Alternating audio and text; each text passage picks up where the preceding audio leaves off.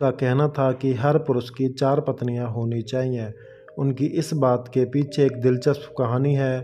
बौद्ध के प्रारंभिक उपदेश वाले 32 आगम सूत्रों में से एक में इस कहानी का जिक्र है।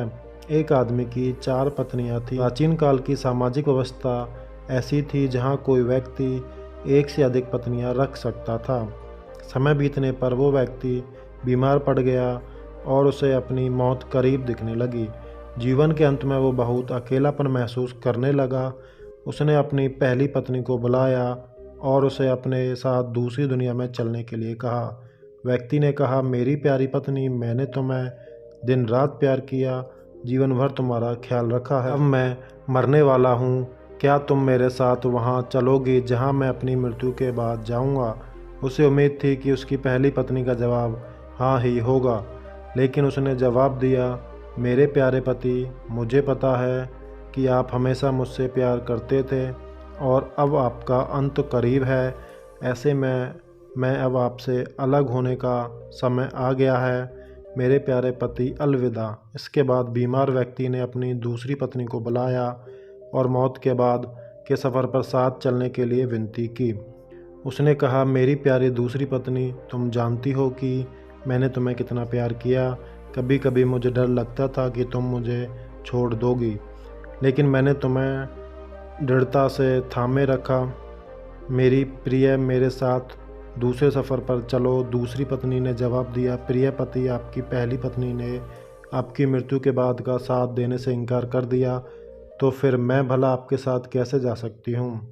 आपने मुझे केवल अपने स्वार्थ के लिए प्यार किया था। दूसरी पत्नी का यह जवाब सुनकर निराश मृत्यु शैया पर लेटे उस व्यक्ति ने अपनी तीसरी पत्नी को बुलाया और उसे भी अपने साथ चलने के लिए कहा। तीसरी पत्नी ने आंखों में आंसू भरकर उत्तर दिया, हे प्रिय, मुझे आप पर दया आ रही है और अपने लिए दुख हो रहा है, इसलिए मैं अंतिम संस्कार तक आपके साथ रहूंगी। इस तरह तीसरी पत्नी ने भी उसके साथ चलने से इनकार कर दिया। जब तीनों पत्नियों ने उसकी मृत्यु के बाद उसका अनुसरण करने से इनकार कर दिया, तब उसे याद आया कि उसकी एक और पत्नी है, उसकी चौथी पत्नी, जिसकी उसने कभी परवाह ही नहीं की। चौथी पत्नी के साथ उसने हमेशा एक दासी की तरह व्यवहार किया और हमेशा उसे धुतकारा था। व्यक्ति ने सोचा कि वो अगर अब उससे अंतिम सफ़र पर चलने के लिए कहता है तो वो निश्चित रूप से मना कर देगी। हालांकि वो इतना ज़्यादा डरा हुआ था और अकेलापन महसूस कर रहा था कि उसने अपनी चौथी पत्नी से भी दूसरी दुनिया में चलने के लिए गुजारिश की। चौथी पत्नी ने अपने पति के अनुरोध को तुरंत स्वीकार कर लिया। पति के अनुरोध करने पर चौथी पत्नी ने कहा, मेरे प्यारे पति, मैं आपके साथ जाऊंगी, कुछ भी हो जाए मैं आपके साथ रहने के लिए तैयार हूँ। मैं आपसे कभी अलग नहीं हो सकती। ये कहानी है एक आदमी और उसकी 4 पत्नियों की। गौतम बुद्ध ने अपनी कहानी समाप्त करते हुए कहा, प्रत्येक पुरुष और महिला की 4 पत्नियां और पति होते हैं और हर एक का खास मतलब होता है। पहली पत्नी यानी हमारा शरीर, जिसे हम दिन रात प्यार करते हैं। सुबह के समय हम अपना चेहरा धोते हैं और कपड़े और जूते पहनते हैं। हम अपने शरीर को भोजन देते हैं। हम पहली पत्नी की तरह अपने शरीर का ख्याल रखते हैं, लेकिन दुर्भाग्य से जीवन के अंत में शरीर यानी हमारी पहली पत्नी हमें अगली दुनिया में नहीं ले जा सकती।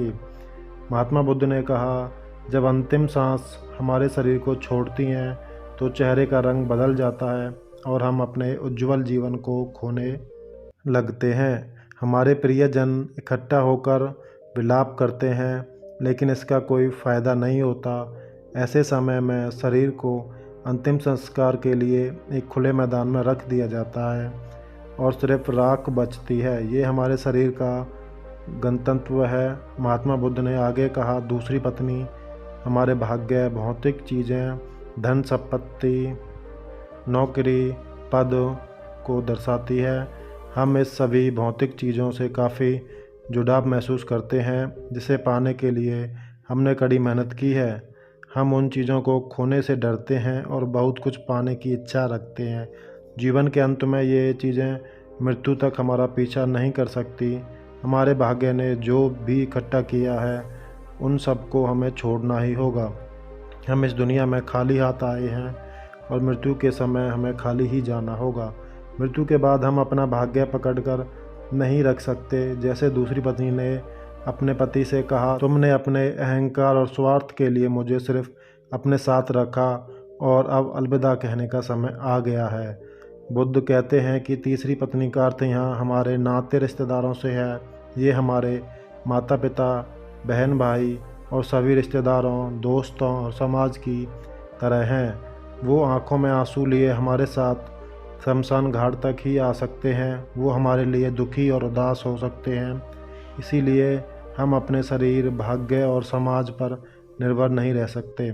हम अकेले आते हैं और अकेले ही इस दुनिया से जाते हैं। मृत्यु के बाद कोई हमारा साथ नहीं दे सकता। महात्मा बुद्ध ने कहा, चौथी पत्नी हमारा मन या चेतना है। जब हम गहराई से पहचान जाते हैं कि हमारा मन क्रोध, लालच और असंतोष से भरा हुआ है, तो हम अपने जीवन को अच्छे नज़रिए से देखते हैं। क्रोध, लोभ और असंतोष कर्म के नियम हैं। हम अपने कर्मों से कभी भी पीछा नहीं छुड़ा सकते। जैसा कि चौथी पत्नी ने अपने मरते हुए पति से कहा था, तुम जहाँ भी जाओगे मैं तुम्हारे पीछे चलूँगी। महात्मा बुद्ध ने अपनी इस कहानी में बताया कि हर इंसान की 4 पत्नियां या पति होने चाहिए। हमारा पहला साथी होता है शरीर, दूसरा साथी होता है भौतिक चीज़ें, तीसरा साथी होते हैं नाते रिश्तेदार और चौथा साथी होते हैं मन और चेतना। इसीलिए हमेशा ध्यान रखिए कि आप जहाँ भी जाओगे, आपके कर्म और आपके द्वारा किए गए कार्य कभी आपका पीछा नहीं छोड़ते।